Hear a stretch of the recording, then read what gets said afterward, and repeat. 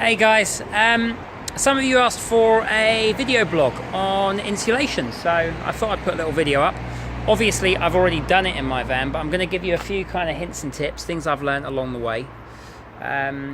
First off, I want to kind of talk about why we do this. You know, we insulate these vans because we want to stay warm, and it's also for the sound insulation.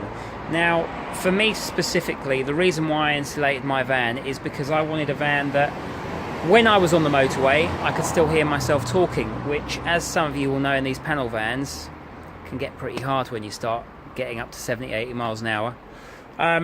So that's why I did it.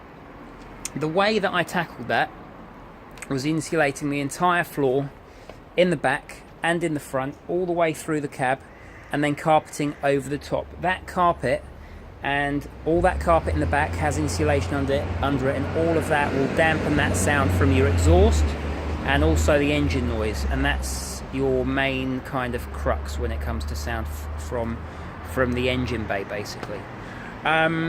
Secondly, staying warm. Now, I've camped in 20 countries in the last 2 years in a hammock, a tent, so I know quite a bit about how to stay warm. And one, I'm going to call it a mistake. It's up to everybody how they do this, but a lot of people put the swivel seats in because they want a large area whilst they're camping in the back of their van.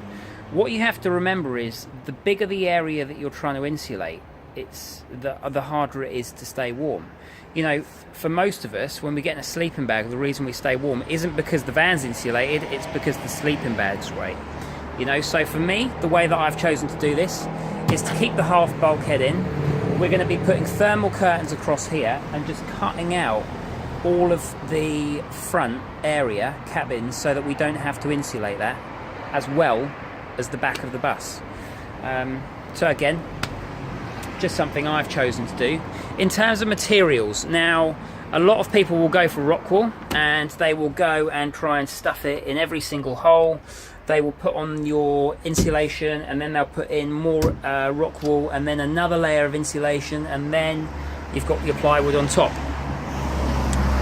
Most of you are only want to go camping when it's fair weather, when it's nice. So let's be honest, you want to cover every single inch of your vehicle on the inside with as much as you can. You don't need to. You know, summertime comes along, you could sleep in this without any insulation. You could sleep in it with the back door open and you'd be fine. So ask yourself, am I going to need it in the middle of winter when it's minus 20 degrees? And again, if you do, the van will get cold. No matter what you put in there, it's a massive space, and your little body will not heat all of that. You're going to have to up it a level and get a heater and 101 other things.